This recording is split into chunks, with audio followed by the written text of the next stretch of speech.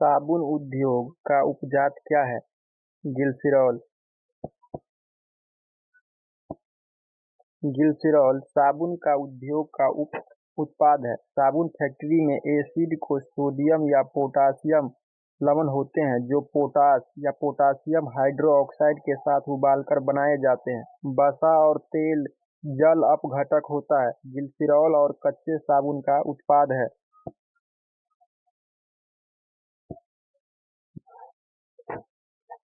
Geostationary उपग्रह अनुमानतः किस ऊंचाई पर होते हैं?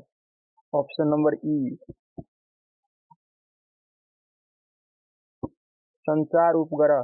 4 कक्षा बढ़ाने के लिए बाद में नामित जियोस्टेशनरी उपग्रह कक्षा लगभग 3600 किलोमीटर ऊंचाई के साथ तैनात किया जाता है। सबसे बड़े पैनलों और परिवर्तकों की तैनाती सफलतापूर्वक की गई है। किसी परिपथ में कौन सा पद विद्युत पावर को प्रदर्शित नहीं करता है? IR²। विद्युत शक्ति की दर प्रति यूनिट समय है जिस पर विद्युत ऊर्जा एक विद्युत परिपथ के द्वारा स्थानांतरित की जाती है। ओम के नियम समीकरण V बराबर I × R।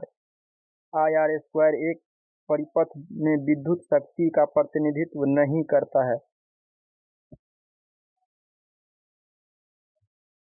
प्रतिदीप्त ट्यूब में प्रायः किस पदार्थ का उपयोग किया जाता है? मरकरी और आर्गन। प्रतिदीप्त बत्ती या प्रतिदीप्त नालिका फ्लोरोसेंट लैंप एक गैस डिस्चार्ज बत्ती है जिसमें पारे में वाष्प को डिस्चार्ज करने के लिए विद्युत विभव का उपयोग किया जाता है। यह समान मात्रा में प्रकाश पैदा करने के लिए साधारण बल्ब की तुलना में बिजली कम खाता है, किंतु इसका आकार बड़ा होता है। इन पर शुरुआत में अधिक पैसा खर्च करना पड़ता है तथा साथ में मरकरी सूक्ष्म मात्रा में भी होते हैं, पर्यावरण को नुकसान पहुंचाती है और इसमें आर्गन गैस भरी होती है। रक्त में कौन सा तरल माध्यम होता है? प्लाज्मा।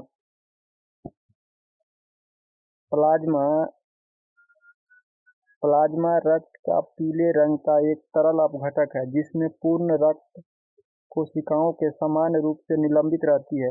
यह कुल रक्त की मात्रा लगभग 55% तक होता है।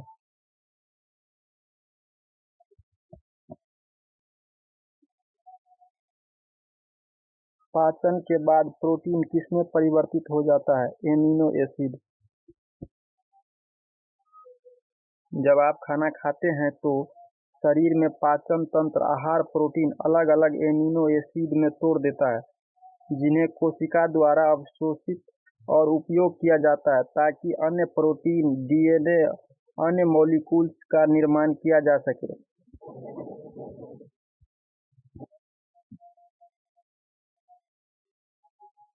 क्लोरीन की रासायनिक अभिक्रिया के कारण वातावरण में क्लोरोफ्लोरोकार्बन निर्मुक्त होते हैं। निम्न में से क्या विनिष्ट होता है? Ozone molecule.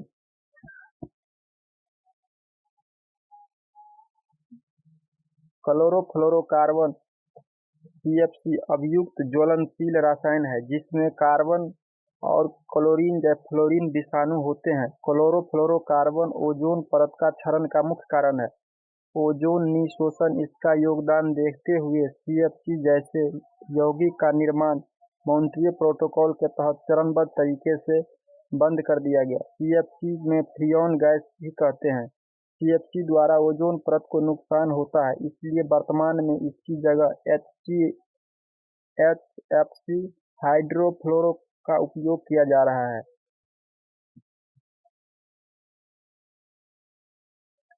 इकोसिस्टम में बैक्टीरिया किस रूप में क्रियाशील है? अपघटक के रूप में।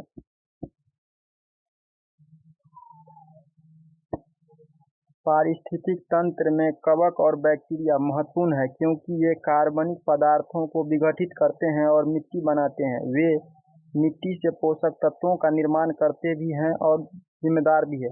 पौधे पोषक विकास के लिए आवश्यक है।